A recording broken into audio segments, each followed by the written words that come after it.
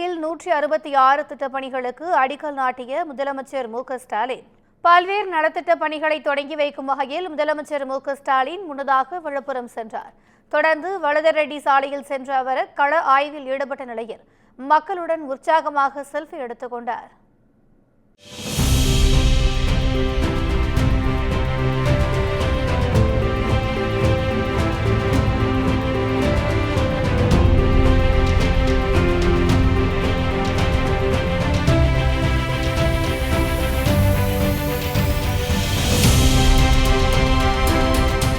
இதனையடுத்து மறைந்த முன்னாள் முதலமைச்சர்கள் அண்ணா, கருணாநிதி, அரசியல் அமைச்சராக பணியாற்றிய முன்னாள் அமைச்சர் ஏ. கோவிந்தசாமியின் 4 கோடி ரூபாய் மதிப்பிலான சிலை மற்றும் நினைவரங்கத்தை முதலமைச்சர் மு.க.ஸ்டாலின் திறந்து வைத்தார்.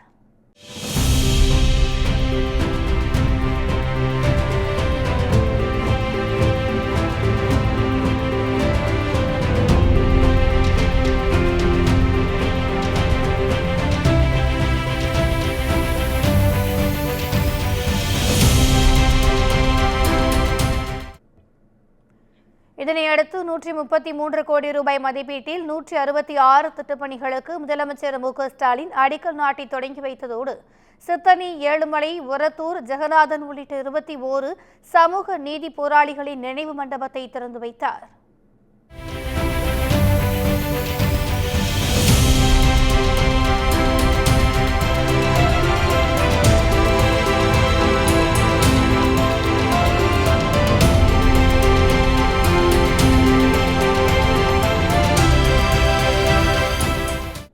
அத்தோடு நந்தன் கால்வாய் திட்டம், தளவானூர் அணைக்கட்டு சீரமைப்பு உள்ளிட்ட 21 புதிய அறிவிப்புகளையும் முதலமைச்சர் வெளியிட்டார்.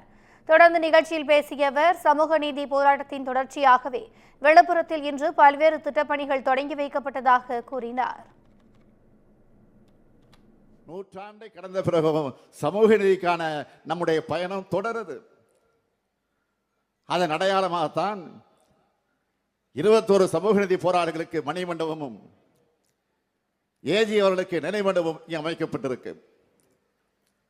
இந்த 2 திறப்பு விழாக்களோட நிறைய அரசு திட்ட பணிகளும் திறக்கப்பட்டிருக்கு, அடிக்கல் நாட்டப்பட்டிருக்கு.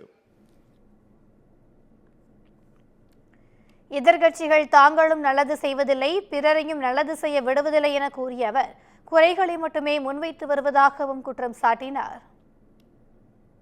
சில எதிர்க்கட்சி தலைவர்கள் வெறும் குறைகளை மட்டுமே சொல்லிட்டு இருக்காங்க. அது ஆட்சியோட குறை இல்லை, அவங்க சிந்தனையில் ஏற்பட்டிருக்கக்கூடிய குறைபாடு.